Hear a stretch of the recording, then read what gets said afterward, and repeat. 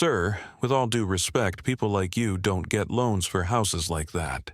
It's just policy." The words hung in the air of the bank lobby, colder and harder than the polished marble floor. Arthur Coleman, age 76, a man whose entire life was a testament to quiet dignity, did not flinch. He sat perfectly still in the uncomfortable leather chair, his back ramrod straight, a posture carved into him by a lifetime of discipline half a world away. The man across the desk, a loan officer named Charles Vance, whose tie was worth more than Arthur's winter coat, slid a thick manila folder back across the polished mahogany.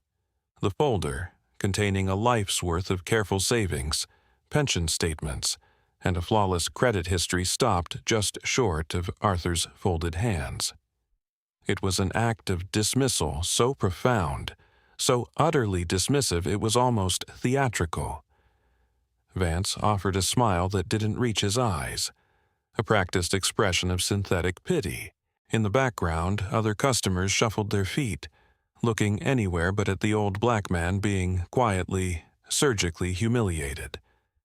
Arthur simply looked down at his own hands, calloused and steady, the hands of a man who had fixed the impossibly small gears of timepieces for 40 years. He didn't speak. He just breathed. What Charles Vance didn't know, what no one in that silent, complicit lobby could possibly comprehend, was that the quiet thunder of his disrespect had just set in motion a chain of events that wouldn't just cost him his job. It would erase the very ground he was standing on from the city map. To understand the tectonic shift that was about to happen inside Sterling Mutual Bank, you have to go back 58 years to a red dirt road in Sumter County, Alabama. You have to understand the boy Arthur Coleman was before he became the man sitting in that chair.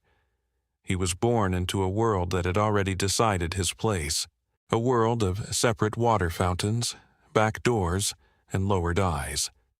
A world where a black boy's dreams were expected to fit into the cramped space society allowed for them. But Arthur was different. He was quiet, but he was a watcher. He saw the intricate patterns in a spider's web, the precise geometry of a beehive, the way his father could diagnose a failing engine by sound alone. He was fascinated by systems, by how things worked, and more importantly, by how they broke. He learned early that the loudest gear in a machine is often the one that's about to fail. He carried that lesson with him. He was studious, devouring every book he could get his hands on, his mind a quiet sponge for information in a world that preferred him ignorant. Then, in 1968, a letter arrived. The United States government, in its infinite and often indifferent wisdom, had a new system it wanted him to be a part of. He was drafted. From the quiet oppression of the Jim Crow South, he was thrown into the loud, chaotic violence of the Vietnam War. But again, Arthur was not sent where you might expect. He wasn't just another rifle on the line. The Army's aptitude tests, colorblind and brutally efficient, saw something in him. They saw the quiet watcher, the boy who understood systems. They saw a mind capable of holding immense complexity in absolute silence. He was funneled into the Army Security Agency, a world of secrets within secrets. He became a cryptographer, a codebreaker. His war was not fought with a rifle, but with a pencil, with lists of numbers, with the patient, maddening search for patterns in a sea of enemy gibberish. He spent his nights under the dim glow of a canvas tent, headphones pressed to his ears, listening to the static, hunting for the ghost of a signal, for the one tiny mistake that would unlock a message and save 100 lives on a patrol the next morning. It was a job that required near superhuman patience and a tolerance for solitude that would break most men. For Arthur, it was just a more complicated version of watching the spider's web. He learned that the most important truths are never shouted. They are whispered. They are hidden. He learned that integrity was not a matter of opinion, but a mathematical certainty. Either the code was broken or it was not. Either the message was true or it was a lie. There was no in-between. He served 2 tours. He was good at his job. Too good. He decoded messages that led to major enemy positions being compromised. He also saw the cost. He saw the flag-draped coffins of boys he shared a meal with. During the Tet Offensive, his outpost was overrun. He wasn't a frontline soldier, but in that moment, everyone was. He helped carry wounded men to a medevac chopper under fire, shrapnel from a mortar blast tearing through his shoulder. He never spoke of it. He was awarded a Bronze Star for his intelligence work and a Purple Heart for the wound he carried. He mailed the medals home to his mother in a small box. When he returned to the States, he didn't put them on a wall. He put them in a sock drawer beneath his folded undershirts. The war was a system he had survived. Now it was over. He wanted quiet. He found it in 2 places. The first was Eleanor. They had known each other since childhood, and she had waited for him. She was his opposite, his balance. Where he was quiet, she was laughter. Where he was contained, she was expressive. She understood the silence in him wasn't empty, but full. Full of things he couldn't say, things he had seen. She didn't ask him to speak of them. She just gave him a place where he didn't have to. The second place he found quiet was inside the ticking heart of a watch. He took a job as an apprentice to an old Jewish horologist in Philadelphia, a man who had survived a different war and understood the need for meticulous, healing work. Arthur's mind, trained to find patterns in chaos, was a natural. He could see the universe in the tiny gears and springs. The balance wheel's steady rhythm was a comfort, a predictable, honest beat in a world that was often anything but. He learned to repair the most complex timepieces, from simple wristwatches to grand, centuries-old clocks. His hands, which had once decoded messages of death, now brought dormant things back to life. He opened his own small repair shop, a tiny, one-room storefront with a simple sign: Coleman's Timepieces, Repairs and Restoration. He built a reputation not through advertising but through whispers. People came from 3 states away because they heard he was the only man who could fix their grandfather's Patek Philippe, the only one with the patience to restore a delicate pre-war chronograph. His life settled into a rhythm as steady as a mainspring. He and Eleanor raised a son, Marcus.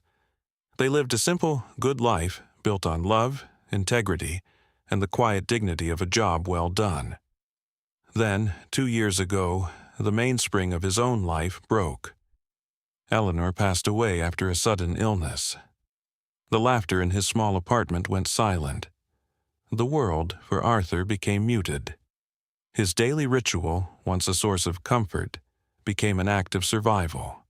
He would wake at 0500 hours, just as he had in the army. He would go to the small vanity table where Eleanor's things still sat.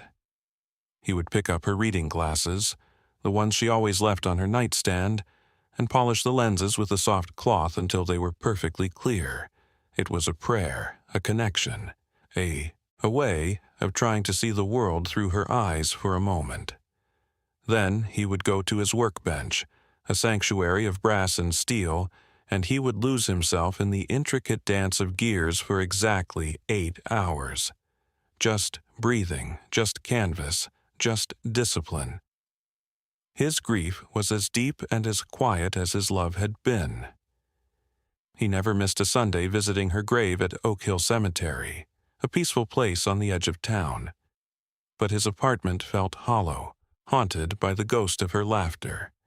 He decided he needed a change. He found a small cottage for sale, a single-story home with a garden, just a 5-minute drive from the cemetery. He and Eleanor had talked about a place like that, a place with a dogwood tree in the yard. It was a humble house, but to him it was a promise he needed to keep. He spent weeks gathering his paperwork, his military pension, his Social Security, Meticulous, handwritten ledgers from his watch repair business, showing a small but remarkably consistent income for over 40 years. He had a substantial down payment saved over a lifetime. The loan he needed was modest. He was a perfect applicant by any honest measure, a man of unimpeachable character and financial prudence. He put it all in a thick manila folder, a testament to a life lived with honor, and he walked into the Northwood branch of Sterling Mutual Bank, a place that advertised itself as a pillar of the community. The pillar was rotten. Its public face was a man named Charles Vance. Vance, 34 years old, was the star of the Northwood branch. He wore tailored suits, a watch that was more about brand than craftsmanship, and a predatory smile. He was a President's Club Award winner for 3 years running, a title the branch flaunted on a large banner in the lobby.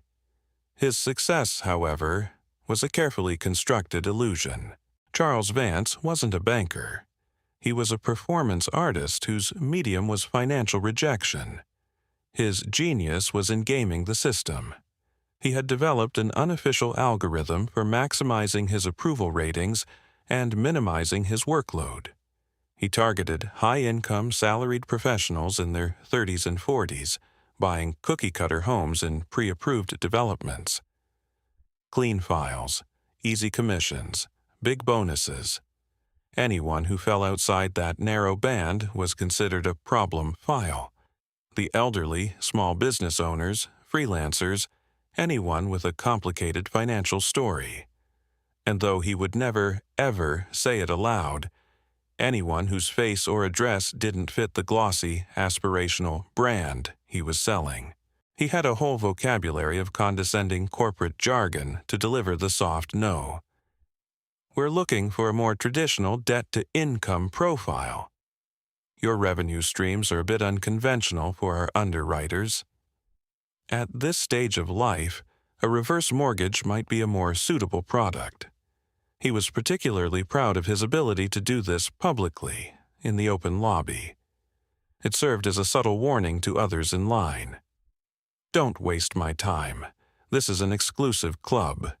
He even had a small but growing social media presence, a series of short videos titled Vance's Financial Minute, where he'd stand in front of the bank's logo, dispensing generic smug advice about wealth creation. It was all part of the act. He wasn't building a community, he was curating an audience. And his branch manager, a man named Henderson, who cared only about the branch's quarterly numbers, loved him for it. The Northwood branch wasn't a bank. It was a stage. Into this theater of false sincerity walked Arthur Coleman. He was polite, formal, and quiet. He waited his turn patiently. When he was called to Charles Vance's desk, he said, "Good morning. My name is Arthur Coleman. I'd like to apply for a mortgage." Vance's eyes did a quick, dismissive scan. The worn but clean coat, the age in his face, the address on the top form, which was in a respectable but not affluent part of town. The algorithm in Vance's head flashed red. Complicated, low yield, time waster. He took the folder from Arthur, feeling its weight with a theatrical sigh, as if it were a great burden. He opened it, but he didn't read it. He flipped through the first few pages with a flick of his thumb, his eyes glazing over the meticulous records, the proof of a lifetime of fiscal responsibility. He was looking for a quick exit, a keyword he could use to deploy one of his prepackaged rejections. He saw the words self-employed from the watch business. That was enough. "Ah," he said, his voice projecting for the benefit of the lobby. "A small business. That can be tricky with our underwriters. Unconventional revenue streams, you understand." He didn't look at the 40 years of consistent profit. He didn't see the letters of recommendation from wealthy clients. He saw a box to check, an excuse. He continued to flip, his condescension growing. "And your age, Mr. Coleman. A 30-year mortgage is a significant commitment at this stage of life. He said it as if he were doing Arthur a favor, saving him from his own foolishness. The final insult was the worst. He saw the VA pension documentation. He didn't see the service, the sacrifice, the Purple Heart it represented. He saw a fixed income, another negative data point in his lazy, prejudiced calculus. He closed the folder with a soft but decisive thud. He leaned back, steepling his fingers. And then he delivered the line that would echo into infamy. "Sir, with all due respect, people like you don't get loans for houses like that. It's just policy." He slid the folder back, a physical severing of the connection, an act of erasure. The lobby went quiet, the forced coughs, the rustling of papers, it all stopped. Everyone heard it. Everyone saw the old man absorb the blow without a word. For a long, suspended moment, Arthur Coleman just sat there. He looked at the folder, his life's work dismissed without a glance. He looked at the smug, polished face of the young man who had judged him. And he looked at his own hands, resting on his knees. The hands that had deciphered enemy codes. The hands that had comforted his dying wife. The hands that could coax life back into a machine 1,000 times more complex and honest than the man sitting before him. Slowly, with the deliberate grace of an old soldier, he reached out and placed his hands on the folder. He drew it toward him. He stood up, his joints aching slightly, but his spine as straight as a flagpole. He tucked the folder under his arm. He gave a short, formal nod to Charles Vance, a gesture of deeply ingrained politeness that was, in itself, a profound rebuke. And he turned to walk away. He walked past the other customers, their eyes now fixed on the floor in shame. He walked toward the large glass doors, the sunlight glinting off the chrome handle. His hand reached out. His fingers brushed the cold metal. This was the moment that mattered more than the phone call that would come later, more than the black cars that would descend like avenging angels. This was the moment of choice. He could push the door open and walk out, carrying another quiet wound, another casual injustice absorbed into the deep well of his experience. He could let the world be as it was. And for a second, he almost did. The weight of his 76 years, of a lifetime of such moments, pressed down on him. But then he thought of Eleanor. He thought of the promise of the cottage, of the dogwood tree. He thought of the medals in his sock drawer. Not the medals themselves, but what they represented. A promise of a nation to its soldiers, a promise of fairness, of honor. A system that was supposed to work. And he thought of the numbers in the folder. The numbers were true. The policy was a lie. His hand dropped from the door. He turned around. The movement was small, almost imperceptible, but the entire lobby felt it. A shift in the atmosphere. The quiet old man wasn't leaving. He walked back to the desk. Charles Vance looked up, annoyed, a flicker of irritation crossing his face. "Is there something else, sir?" he asked, his tone dripping with impatience. Arthur didn't raise his voice. He didn't need to. His voice was calm, precise, and carried the weight of absolute certainty. He gently placed the folder back on the desk, right in the center. "You made an error," he said simply. Vance scoffed. "Sir, I assure you, I am very familiar with banking regulations." Arthur looked him directly in the eye. The gaze was not angry. It was analytical.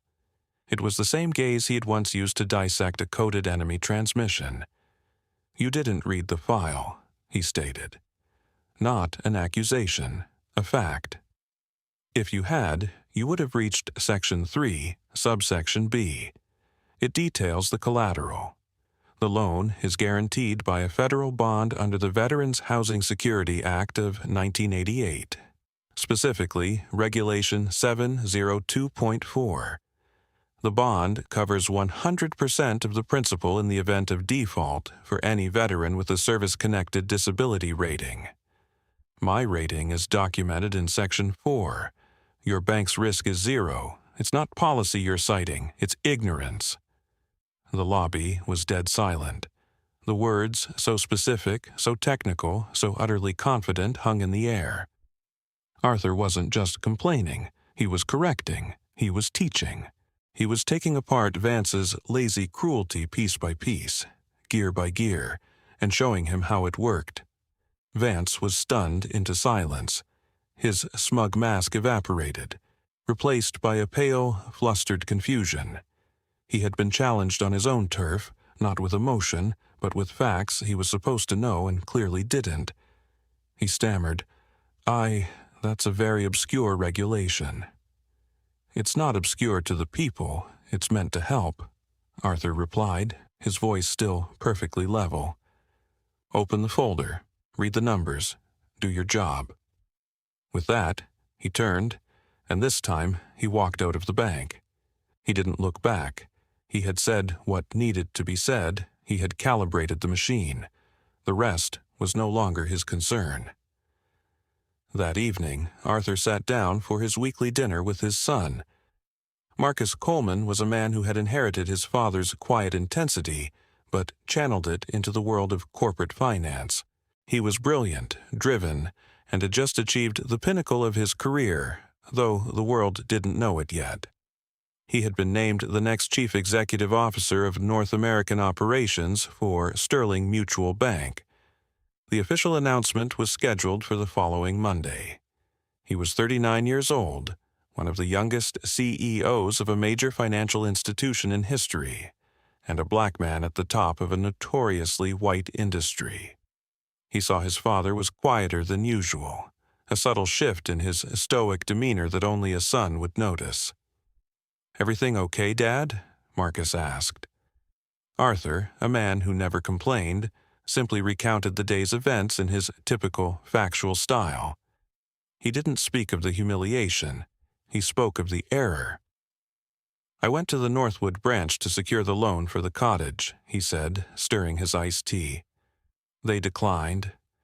The young man at the desk said it was policy. He didn't read the file. I corrected him on Regulation 702.4. Marcus stopped eating. He put his fork down. He listened as his father finished the story. He didn't interrupt. He didn't get angry. A stillness came over him, a terrifying calm that was far more dangerous than any outburst. It was the same analytical focus his father had when looking at a broken watch or a coded message. He was seeing the system, and he was seeing how it was broken. When his father finished, Marcus simply said, "I'm sorry that happened, Dad. I'll take care of it." Arthur nodded, trusting his son. He had no idea what taking care of it truly meant. The next morning, at 7:45 a.m., 15 minutes before the Northwood branch was scheduled to open, a procession of 3 gleaming black sedans pulled up to the curb. They didn't park in the customer lot. They parked in the fire lane, a quiet declaration of power. From the first car stepped Marcus Coleman, dressed in a perfectly tailored dark gray suit. From the second car stepped the outgoing CEO, a man named Richard Davenport, looking grim and pale. From the third car stepped the bank's chief compliance officer and the head of global human resources. It was the corporate equivalent of a SEAL team. Charles Vance was just getting out of his BMW, whistling, ready for another day of curating his exclusive clientele. He saw the executives and his heart leaped. This must be it. A surprise visit to celebrate his president's club status. He straightened his tie, puffed out his chest, and strode toward them, his hand outstretched. "Mr. Davenport, what an honor. Welcome to the Northwood branch," he gushed. Davenport ignored him completely, looking straight ahead as if Vance were a ghost. It was Marcus who stopped in front of him. He didn't shake the offered hand. "Charles Vance?" he asked, his voice quiet and cold. "Yes, and you are?" Vance asked, his smile faltering. "I'm Marcus Coleman," he said, "and as of this morning, we are shutting down this branch, permanently. Your employment with Sterling Mutual is terminated, effective immediately." The color drained from Vance's face. He looked past Marcus to Davenport, his expression pleading. "Richard, what is this, a joke?" Davenport finally looked at him, his eyes filled with a mixture of fury and contempt. "You, son, are a catastrophe," he hissed. "You are an embarrassment to this institution. You humiliated a decorated war hero, and in doing so, you humiliated the father of your new CEO." Vance's jaw dropped. He looked back at Marcus, the realization dawning in a wave of sickening horror. He was fired. But it was so much worse than that. He was the reason. He was the mistake. He was the loud, broken gear that had just brought the entire machine to a grinding, catastrophic halt. The downfall was swift, total, and merciless. It wasn't just Vance who was fired. The branch manager, Henderson, who had fostered and rewarded the toxic culture, was terminated as well. Security escorted them out of the building with their personal effects in cardboard boxes, a walk of shame in front of the arriving employees who were being told the branch was closing forever. An internal memo went out to the entire company that morning, sent from Marcus Coleman's new email address. It was titled, "A Failure of Our Core Values." It detailed, without naming his father, that a branch had engaged in discriminatory and disrespectful practices that were anathema to the bank's mission. It announced the immediate and permanent closure of the Northwood branch and the launch of a company-wide audit of lending practices. That afternoon, a press release hit the wires. Sterling Mutual Bank was not only closing the branch but publicly rescinding its President's Club Award, stating it had been awarded under a false pretense of performance that masked a deep cultural rot. The story went viral. The local news picked it up, then the national financial press. Vance's smarmy Financial Minute videos were discovered by the internet, and he became a meme, a poster child for corporate arrogance and casual bigotry. His career wasn't just over, it was incinerated. There was no quiet exit. His humiliation was as public as the one he had inflicted on Arthur Coleman, magnified 1,000,000 times over by the unforgiving glare of the digital world. A week later, Arthur Coleman sat in a large, quiet office on the 50th floor of Sterling Mutual's corporate headquarters. Across a large desk, his son, Marcus, pushed a single piece of paper toward him. It was the approval for his mortgage. There was no ceremony, just a son fixing a problem for his father. "It's all taken care of, Dad," Marcus said. Arthur looked at the paper, then at his son. "You closed the whole branch," he said, not as a question, but as a statement of awe. "A system that allows for that kind of failure isn't a system worth saving," Marcus replied. "It needed to be replaced." And that is exactly what he did. In the following months, Marcus didn't just punish the guilty, he rebuilt the machine. He used the Northwood incident as a catalyst for the most radical overhaul in the bank's 100-year history. He announced the formation of a new $10 billion subsidiary. It was called the Eleanor Coleman Home Initiative. Its sole purpose was to provide fair, accessible home loans to veterans, the elderly, and communities historically underserved by traditional banking. It had new rules, new metrics for success that weren't based on volume and speed, but on community impact and long-term stability. He hired financial coaches and community advocates, people trained to look at a person's whole story, not just their credit score. The initiative's motto was simple: dignity is not negotiable. A montage of hope began to unfold. We see Arthur months later, unlocking the door to his small cottage. We see him carefully setting up a new, better-lit workbench for his timepieces in a sun-filled room. We see him place a framed photograph of a smiling Eleanor on the mantelpiece, right next to a small polished brass clock. The scene shifts. We see news headlines about the Eleanor Coleman initiative. We see a young single mother, a veteran, weeping with joy as she's handed the keys to her first home. We see an elderly couple, once denied a loan, now planting flowers in their new front yard. The ripples of Arthur's quiet stand spread outward, changing thousands of lives. 1 year to the day after Arthur Coleman walked into the Northwood branch, a small crowd gathered on a familiar plot of land. The old bank building was gone. Not renovated, not repurposed. It had been demolished, scraped from the earth. In its place stood a new structure, a beautiful modern building made of warm wood and glass. It was the flagship community center and headquarters for the Eleanor Coleman Home Initiative. Inside, it didn't look like a bank. It was bright, open, and welcoming, and at a simple wooden desk in the corner, Arthur Coleman sat.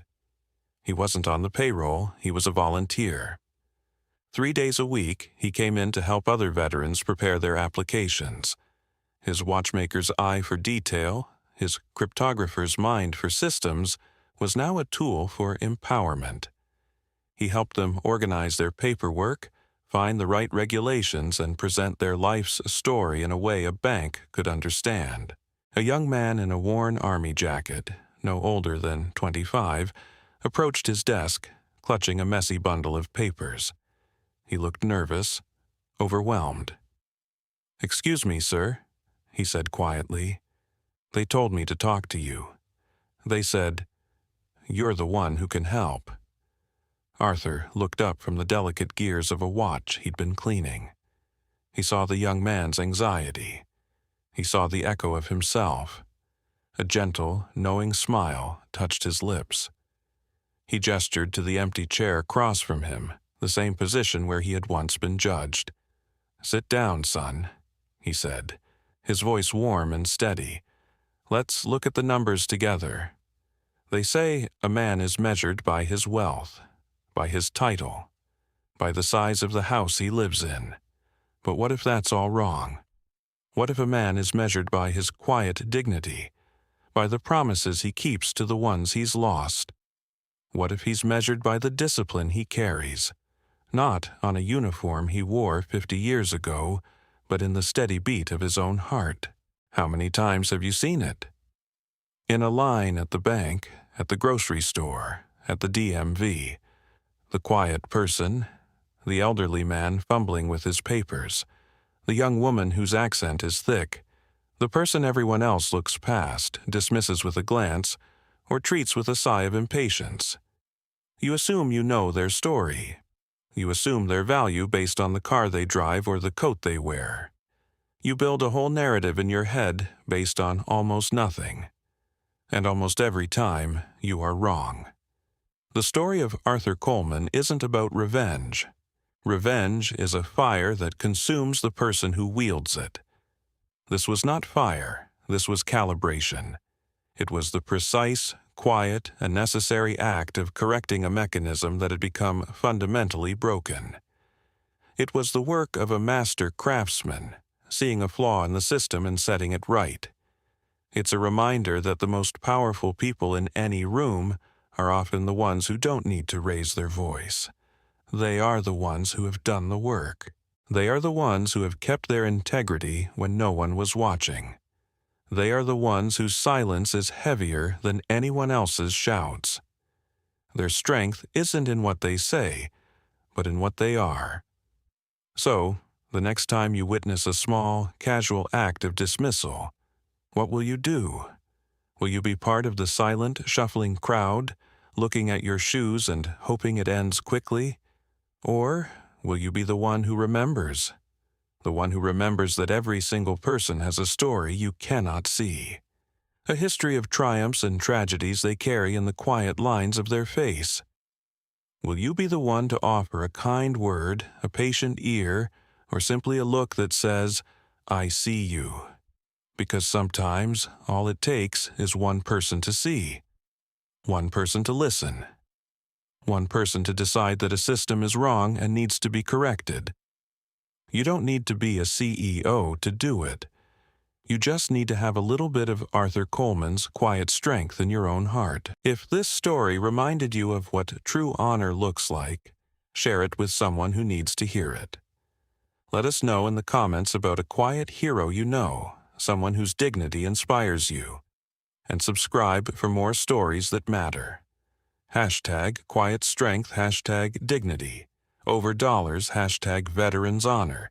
#The Coleman Initiative.